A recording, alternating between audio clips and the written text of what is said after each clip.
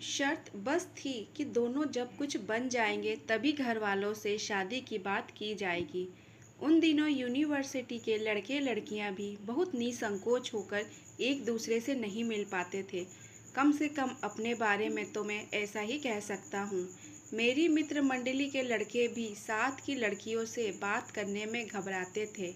University में जब भी खाली समय मिलता, हम एक जगह इकट्ठा होते या कभी-कभी क्लासेस ख़त्म हो जाने के बाद भी कुछ कविताएं पढ़ी जाती, कुछ कहानियां गढ़ी जाती, कुछ गीत, कुछ गज़लें, सभी कुछ समय के उस छोटे टुकड़े में संपन्न होता। उन खुशनुमा दिनों के बीच एक डर हम सभी के मन में चोर सरीका छिपा रहता। अनदेखे भविष्य का डर। पढ़ाई खत्म हो जाने के बाद क्या होगा? नौकरी नहीं मिली तो क्या करेंगे? कविता, कहानी या गाने बजाने से रोजी रोटी नहीं कमाई जा सकती। ये एक कड़वा सच था। लड़कियां इस चिंता से मुक्त थी, क्योंकि पढ़ाई के दौरान या पढ़ाई खत्म हो जाने के बाद किसी भी कमाऊ लड़के के साथ उनका ब्याह हो जाना तय था। लेकिन वो बाकी लड़कियों से अलग थी। वो यानी शालिनी। शालिनी के पिता ब्यूरोक्रेट थे। वो शोफर ड्रिवेन सरकारी कार से यूनिवर्सिटी आया करती थी। काफ़ी अच्छी अंग्रेजी बोलती, कविताएं लिखती, लेकिन अंग्रेजी में।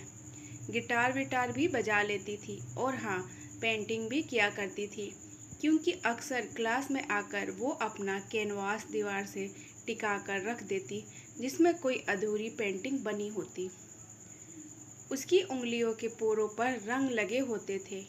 शालिनी की चुप्पी, उसका गंभीर और अभिजात्य उसे सबसे अलग दिखाता था। एमए के पूरे बैच में शालिनी ने टॉप किया था और दूसरा नंबर मेरा था।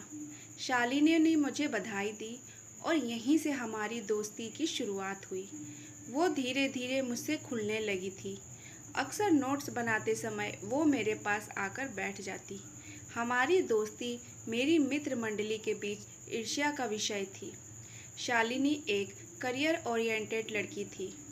उसे एमए के बाद शादी करके घर नहीं बैठ जाना था। वो जब भी मिलती, प्यार मोहब्बत की बातें करने के बजाय मुझे करियर पर फोकस करने की सलाह देती, जबकि मैं उसके साथ हमेशा ही रोमानी हुआ जाया करता। करियर पर मुझे भी फोकस करना था, लेकिन मैं बहुत महत्वाकांक्षी नहीं था। परिणाम ये रहा कि वो मुझसे उखड़ी उखड़ी रहने लगी। हमारे बीच दूरी आने लगी। फिर एमए के बाद तो हम बिल्कुल ही अलग हो गए। आज मुझे लगता है कि वो मुझे सफल होते देखना चाहती थी, खुद से भी ज़्यादा सफल, ताकि मैं अधिकार और अभिमान से उसके पिता से उसका हाथ मांग सकूं। कुछ सालों बाद सुना कि शालिनी कंपटीशन पास करके कहीं डिप्टी कलेक्टर बन गई थी और मैं एक छोटे से शहर के छोटे से महाविद्यालय में पढ़ा रहा था। इसे समय कहें या संयोग, शालिनी की पोस्टिंग मेरे उसी छोटे से शहर में हो गई। ज्वाइन करते ही उसने मुझसे संपर्क किया। खुशबुओं से भरी वो एक खूबसूरत शाम थी, जब मैं उसकी पसंद के रजनीगंधा के फूल लेकर उससे मिलने पहुंचा था। शहर में एक नया रेस्टोरेंट खुला था। वो अकेली ही अपनी कार खुद चला कर आई थी। सरकारी अमला साथ नहीं था। उसके कैसी हो शालू? बिल्कुल ठीक, वो मुस्कुराई। फिर एक मौन बीच में पसर गया। मैं कुछ असहज हो रहा था। पहले कौन बोले, क्या ऐसी कोई प्रतीक्षा बीच में थी? मैं उसे गौर से देख रहा था। कॉन्फिडेंट और खूबसूरत जींस टॉप की जगह आज साड़ी ब्लाउज का पहनावा था। रेशमी बालों की कुछ लटें बिखरकर कंधे और गालों पर झूल रही थी। अभिजात्य और सौंदर्य का समीक्षण वो अफसर कम बॉलीवुड एक्ट्रेस अधिक लग रही थी। उसे पा लेने से छटपटा उठा था मैं। प्रकट में संतुलित रहा। हाँ, एक बात ज़रूर अजीब सी लगी। उसकी नाजुक उंगलियों में एक सिगरेट दबी हुई थी, जिसका कश वो बार बार ले रही थी। लेकिन अपनी अनिच्छा किस अधिकार से जाहिर करता? उसके व्यवहार में गहरी आत्मीयता थी, स्वाभाविकता थी। उसके में सहज होने लगा। बातें उसने ही शुरू की, अकादमी की, ट्रेनिंग की, अनुभवों की, स्टाफ की। कुछ देर तक हम लोग पुरानी यादों में उतारते रहे। आखिरकार मैंने कह ही दिया, ये सिगरेट कब से पीना शुरू कर दिया तुमने? तुम कहते हो तो नहीं पीती, लो फेंक दी। वो मुस्कुराई, मानो उसने मेरा मन पढ़ लिया हो। वापसी में उसने मुझे घर छोड़ने का प्रस्ताव दिया, जिसे मैंने टाल दिया। इसके बाद हम लोग लगातार 4-5 बार मिले। हफ्ते 10 दिन के अंतराल पर छोटे शहर की छोटी जगहों पर। एक शाम वो कहने लगी, आज तुम्हारे साथ पैदल चलने को जी चाहता है कृष्णा। मेरे मन में बीते बरसों की रोमानियत जाग उठी। गुलमोहर के पेड़ों से घिरी शांत सड़क पर हम साथ चलने लगे, धीरे धीरे बतियाते हुए। मौसम, हवाएं, गुलमोहर, रास्ते, सभी कुछ आज मेरे लिए अर्थवान हो गए थे, क्योंकि वो साथ थी, सबसे अलग सी, कोमल सी, मन स्पर्शी। अंधेरा घिर आया था। तुम मुझे गेस्ट हाउस तक छोड़ने चलोगे? उसके आग्रह में ढेर सारा प्यार था। वैसे मैं अकेले भी जा सकती हूँ, लेकिन साथ चलोगे तो थोड़ी देर का साथ और हो जाएगा। वीआईपी गेस्ट हाउस में पहुंचकर शालिनी ने 2 गिलासों में ड्रिंक्स बनाई, तो मुझे इनकार करना पड़ा। उसने इकरार भी नहीं किया। 2 ड्रिंक्स के बाद जब उसने तीसरा ड्रिंक लिया, तब वो खुलने लगी। दिन भर तो दफ्तर में कट जाता है, लेकिन शाम को काफ़ी अकेली पड़ जाती हूँ।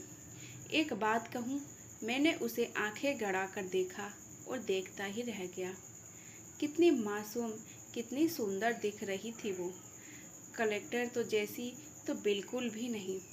जब तक मैं इस शहर में हूँ, क्या तुम रोज़ मुझसे मिलने आ सकते हो? रोज़ शाम को? यहीं उसके इस प्रस्ताव से मैं एकाएक हड़बड़ा हो गया। ये छोटा सा शहर है शालिनी, कई तरह की बातें, कई तरह की अफवाहें उड़ाई जाएगी हमारे बारे में। शहर की अफवाह, आलोचना कौन परवाह करता है? उसने कंधे उचकाए। उसकी आंखों के मादक लाल डोरे देखकर मुझे अजीब सा लगा। उस समय वो मुझे अजनबियत की हद तक पराई लगी। एक धीमा सा मौन। मुझसे शादी करोगे कृष्णा? उसने मुझसे पूछा, तो मुझे लगा मेरे भीतर कुछ पिघल रहा है। मुझे अपनी कनपटियों पर कसाव महसूस होने लगा। मैं तुम्हें पसंद करती हूँ, बहुत ज़्यादा, शायद प्यार भी करती हूँ। आज तक उसके लड़खड़ाते स्वर में नशा घुल रहा था। डगमगाती हुई वो उठी और मुझसे बिल्कुल सटकर बैठ गई। हाथ की सिगरेट फेंक दी थी उसने। मेरा हाथ बड़े दुलार से अपने हाथों में थाम लिया। उसकी हथेली काफ़ी गर्म थी। मेरी जिंदगी में भयानक अकेलापन है कृष्णा। कितनी घुटन तुम नहीं समझ सकते। बहुत धोखे दिए हैं मुझे। लगा शालिनी किसी भी पल रो सकती थी। बस उसे मेरा कंधा चाहिए था, लेकिन मैंने अपना हाथ उसके हाथों के बीच से खींच लिया। अब हमारे बीच एक मर्यादित दूरी थी। फिर एकाएक मैं उठ खड़ा हुआ। काफ़ी देर हो चुकी है, मुझे अब चलना चाहिए घर पर। मेरी पत्नी कहते कहते मैं रुक गया। शालिनी की आंखों के मादक लाल डोरे एक तरफ हो गए थे और वहाँ अनगिनत सवाल उगाए। कभी बताया नहीं तुमने कि शादीशुदा हो? उसके चेहरे की रंगत बदल गई थी। एक शुष्क कड़ापन था उसके बोलने के अंदाज में। हाँ, नहीं, मेरा मतलब है, मैं हकलाने लगा था। वो भड़क उठी, निकल जाओ यहाँ से, अभी के अभी। मेरा समय बर्बाद मत करो। इतना मुखर अपमान, और वो भी बिना किसी अधिकार के। मेरे शरीर में कांटे उगाए थे। शर्म और अपमान से कांप उठा था मैं। इसके बाद बिना रुके, बिना कुछ कहे, मैं उसके कमरे से बाहर निकल आया। रात अंधेरे में अपने घर का रास्ता पहचानते हुए मैं लौट रहा था। मेरा घर, जहाँ बस मैं और मेरी माँ रहा करते हैं। मेरी माँ जो रात दिन एक सपना